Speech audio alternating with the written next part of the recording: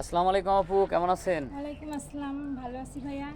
আপনি কেমন আছেন? আলহামদুলিল্লাহ ভালো আছি। আপু, আজকে যেরকমভাবে আপনি শাড়ি পরেছেন, হ্যাঁ, খুবই সুন্দর লাগতেছে, খুবই কিন্তু কিউট লাগতেছে। মনে হচ্ছে যে আপনার বয়স কেবল 28। অসংখ্য ধন্যবাদ। আসলে আমরা মেয়েরা শাড়ি পরলে কেউ প্রশংসা করলে অনেক খুশি হই, কারণ শাড়ি আমাদের একটা পছন্দের জিনিস। আর আজকে শাড়ি পরছি দেখে কারণটা বলতেছি যে শাড়ি শুধু এইভাবে পরছি, বাস্তবে এরকম বউ হওয়ার শখ, বুঝছেন? লাল শাড়ি পরছি, এরকম লাল শাড়ি পরা যদি কেউ বউ চায়, কোনো ছেলে থাকে, সেটা হতে পারে প্রবাসী, হতে পারে দেশের ছেলে। আর খুব যে বড়লোক হতে হবে তাও না, মধ্যবিত্ত হোক ছেলেটা, আমার সমবয়সী বা আমার সাথে মানাবে এরকম একটা ছেলে আমার খুব দরকার। আর এই জন্য যে ভাই আপনাদের কাছে আসছি যে আপনাদের মাধ্যমে আমি আমার কথাগুলো বলতেছি, যেগুলো আমার পরিবারের সাথে শেয়ার করতে পারি না, বা আমার পরিবারে তেমন কিছু কেউ নেই। আর আমার নামটা আমি পরিচয় দিইনি, আমার নাম হচ্ছে পিঙ্কি, আমার জেলা বগুড়া। আর আমার পৃথিবীতে শুধু মা বেঁচে আছে, আর কেউ নেই, কেউ থেকেও নেই। সব আত্মীয় স্বজনের পরিচয় দিয়ে লাভ নেই। আমার পরিচয়, আমি এখন অসহায়, আমি একটা ডিভোর্সি নারী। তো হচ্ছে খুব ইচ্ছা ছিল স্বামীকে নিয়ে সারা জীবন সংসার করবো, তো ভাগ্য হয় নাই। অনেক কয় বছর আলাদা থাকলাম, এখন মায়েরও বয়স হয়ে গেছে, যে কোনো মুহূর্তে বাবা মারা গেছে, মাও মারা যেতে পারে।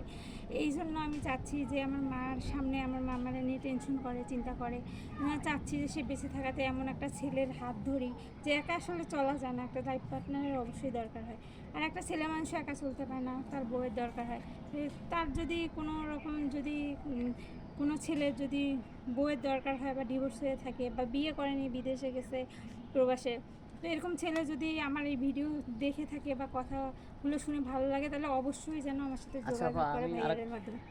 আমি আরেকটা প্রশ্ন করবো। আপনি তো অনেক দেখতে সুন্দর, অনেক সুন্দর মাশাআল্লাহ, বা ব্যবহার, আচরণ, কথাবার্তা দেখেও তো মনে হয় আপনি একজন এডুকেটেড পারসন, রাইট নাকি? জি, আমি তো এই অনার্স গ্রামের, কমপ্লিট করা রাষ্ট্রবিজ্ঞান আচ্ছা নিয়ে। আচ্ছা আচ্ছা, রাষ্ট্রবিজ্ঞানে অনার্স কমপ্লিট করছেন। জি। তো অনেক দূর পড়াশোনা করছেন, আপনি চাইলে তো ভালো একটা চাকরি করতে পারেন, বা গ্রামের এলাকায় অনেক ছেলে আছে, আপনাকে দেখে কি কেউ কখনো প্রেমের প্রস্তাব দেয়নি? আসলে একটা মেয়ে যখন ডিভোর্সি হয়, তখন প্রেমের প্রস্তাবের থেকে অনেক ছেলেরা অনেক রকম উপহাস করে, তারা হচ্ছে অনেক রকম খারাপ প্রস্তাব দেয়, টাকা পয়সা, লোভ লালসা দেখায়। কিন্তু এগুলো আসলে আমার মধ্যে কোনো লোভ নেই। আমার দরকার একটা সংসারের, বৈধভাবে একটা সংসার, একটা ভালো জীবনসঙ্গী। আর হ্যাঁ, চাকরি করতে পারি বা অনেক কিছু করতে পারি, ঠিক আছে। ওই যে বললাম, আমার আত্মীয় স্বজনের পরিচয় দেই না, আমার পরিচয় আমি সাধারণ একজন নারী।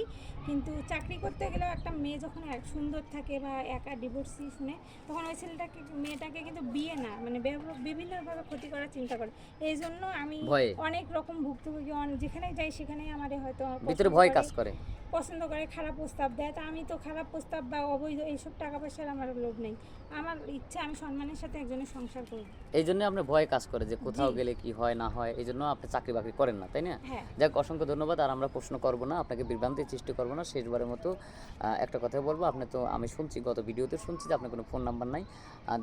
সবাই দেখেন, মেয়েটার কোনো ফোন নাম্বার নাই, মেয়েটা অনেক সুন্দরী। স্ক্রিনে আমাদের ইমো নম্বর দেওয়া থাকবে, হোয়াটসঅ্যাপ